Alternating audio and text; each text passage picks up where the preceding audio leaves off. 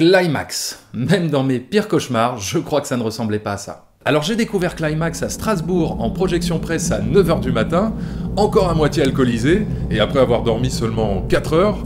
Bref, les conditions optimales pour découvrir un film de Gaspard Noé. You talking to me? Well, who the hell else are you talking to? Talking to me? Well, I'm the only one here. Alors j'ai toujours été intrigué par le cinéma de Gaspard Noé. Tous ces films, je les ai attendus avec beaucoup d'impatience parce qu'à chaque fois, c'est un événement. Je sais que je vais voir un film très singulier, quelque chose de différent. Alors vous allez me dire, ok, c'est sympa de se la jouer différent, de se la jouer sale gosse du cinéma français, mais ça fait pas tout. Est-ce que ces films sont intéressants? Eh bien pour moi, oui. Parce que il y a toujours une proposition de cinéma et une réflexion métaphysique ou une réflexion sur la nature humaine qui m'interpelle. Je trouve que c'est l'un des réalisateurs français les plus fascinants. Il repousse sans cesse les limites du médium cinématographique, les limites de la grammaire cinématographique. Ces films ne ressemblent à rien d'autre. C'est ni du cinéma français, ni du cinéma américain. C'est vraiment un cinéma propre à lui-même. Il tord les conventions filmiques, il tord les conventions scénaristiques pour à chaque fois nous proposer une expérience unique, puissante et sensorielle. Et avec le film Climax, c'est exactement ce que vous trouverez, une expérience unique aux sensations fortes. Alors bon, si vous êtes hermétique au cinéma de Gaspard Noé, c'est pas la peine d'aller voir le film, je vous le dis tout de suite, hein. C'est pas avec ce film que vous allez vous réconcilier avec son cinéma. Et d'ailleurs, bon, je comprends parfaitement que ces films ne plaisent pas à tout le monde, hein. Voilà, c'est quand même un cinéma très spécial, très particulier. D'ailleurs, moi je ne recommanderais pas à ma mère d'aller le voir. En revanche, si vous êtes comme moi, si vous aimez son cinéma, eh bien vous allez adorer. Parce que ce film, c'est la continuité de ce que sait faire parfaitement Gaspard Noé, plonger le spectateur dans un trip hallucinatoire et nous faire vivre une expérience sensorielle méga intense. Alors oui, le scénario tient sur une carte de visite, on ne va pas se mentir. D'ailleurs, la moitié du film a été improvisée au moment du tournage. Mais d'une histoire en apparence très simple peut découler un film puissant si derrière la caméra, le réalisateur a du génie. Je vous rappelle que Duel de Steven Spielberg raconte l'histoire d'un camion qui poursuit une voiture pendant 1h30. Et je vous rappelle que c'est un putain de chef-d'œuvre. Donc justement, de quoi parle Climax? Eh bien, c'est l'histoire d'une troupe de danseurs qui va basculer dans la folie totale à cause d'une boisson mystérieusement contaminée par du LSD. Voilà, le genre de soirée que doit vivre Gaspard Noé tous les week-ends. Le film se déroule en huis clos, dans une salle de répétition avec quelques dortoirs par-ci par-là, et ce lieu festif va peu à peu se transformer en véritable purgatoire pour les personnages qui vont vivre une descente aux enfers. Et ce qui fait que le film fonctionne vraiment, c'est que l'histoire se déroule en 1996, à une époque où les téléphones portables, les smartphones, les réseaux sociaux n'existaient pas encore.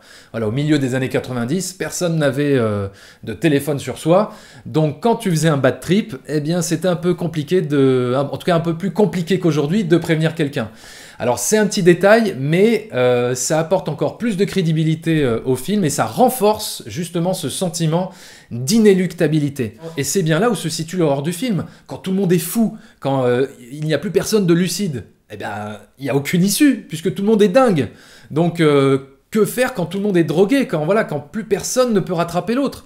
Et tu vois donc au fur et à mesure du film, les relations entre les personnages se dégrader de plus en plus et tu trembles de peur à l'idée de les voir tous s'entretuer puisque évidemment, sous l'effet de la drogue, tout est possible. Et le film profite de son concept pour nous montrer en réalité les aspects les plus sombres de la nature humaine et que le lien social peut vite voler en éclats quand il y a une totale perte de contrôle de soi. Donc, tous ces personnages vont-ils réussir à s'en sortir? Jusqu'où la folie va-t-elle aller? Qui a contaminé la sangria? Voilà, pendant 1h30, tu vis une expérience intense où tu as la sensation d'être dans un état second et de vivre le plus gros bad trip de ta vie. Et c'est bien là toute la force de Gaspard Noé, c'est sa mise en scène qui permet au spectateur de vivre littéralement le film. Et dès la première partie, on est dans quasiment que de l'improvisation pour les comédiens, voilà, qui discutent de choses très intimes. Mais du coup, ça fonctionne puisqu'on rentre en empathie avec eux très rapidement. Sofia Boutella, elle est hyper convaincante, voilà, elle se donne à fond dans des accès de folie hallucinants. Et justement, voilà, quand tout part en vrille, c'est là que la mise en scène explose. Plan séquence infernale, travelling avec retournement de la caméra qui donne le vertige, variation des couleurs, déformation du son et de la musique, enfin bref, tout ce qu'il faut pour faire vivre au spectateur un véritable cauchemar sur grand écran. Alors c'est sûr, on pourrait se poser la question, mais qui a envie de s'infliger un tel calvaire devant ce film? D'ailleurs, c'est le débat qui revient souvent quand on parle de Gaspard Noé. Hein. Quel est l'intérêt d'aller au cinéma pour souffrir pendant 1h30 et de voir des choses aussi malsaines? Eh bien, pour le même intérêt que l'on a à aller voir des films d'horreur. Après, pour moi, la différence, c'est tout dépend de votre degré de résistance à supporter des images. Mais quand vous allez voir un film d'horreur digne de ce nom, normalement, vous y allez pour trouver des émotions fortes, pour trouver des scènes malaisantes, voire traumatisantes. Vous êtes censé vivre une expérience éprouvante, avec de l'adrénaline et des images horrifiques, non? Pourtant, je connais plein de personnes qui sont donc très réfractaires au cinéma de Gaspard Noé, mais qui n'ont absolument aucun problème à aller voir des films d'horreur et qui adorent ça. Donc, pourquoi une telle différence de traitement pour les films de Gaspard Noé? C'est une vraie question que je pose. Pourquoi il y a un problème avec le cinéma de Gaspard Noé? Peut-être parce que les films de Gaspard Noé dérangent et font vraiment peur. Et qu'ils ne sont pas formatés et aseptisés comme les films dits d'horreur d'aujourd'hui. Et qui n'ont pas le vernis, on va dire, du divertissement qui te rappelle que tout ça est faux. Non, les films de Gaspard Noé, ils te montrent un véritable aspect horrifique de la nature humaine et de façon très crue. Psychose, par exemple, c'est encore aujourd'hui le film qui me fait le plus peur. Pourtant, c'est un film vieux de presque 60 ans. Mais le fait de montrer la maladie mentale, le dysfonctionnement psychologique comme une force du mal, ça m'a toujours effrayé. Mais les films d'horreur d'aujourd'hui, je n'arrive pas à avoir peur. Peut-être parce que je connais trop les ficelles, je ne sais pas. Je trouve qu'il n'y a plus rien de surprenant. Et surtout, j'ai l'impression qu'aujourd'hui, les films d'horreur, c'est devenu la fête foraine. J'ai l'impression que les gens y vont surtout pour s'amuser, pour délirer, sursauter et bien se marrer, quoi.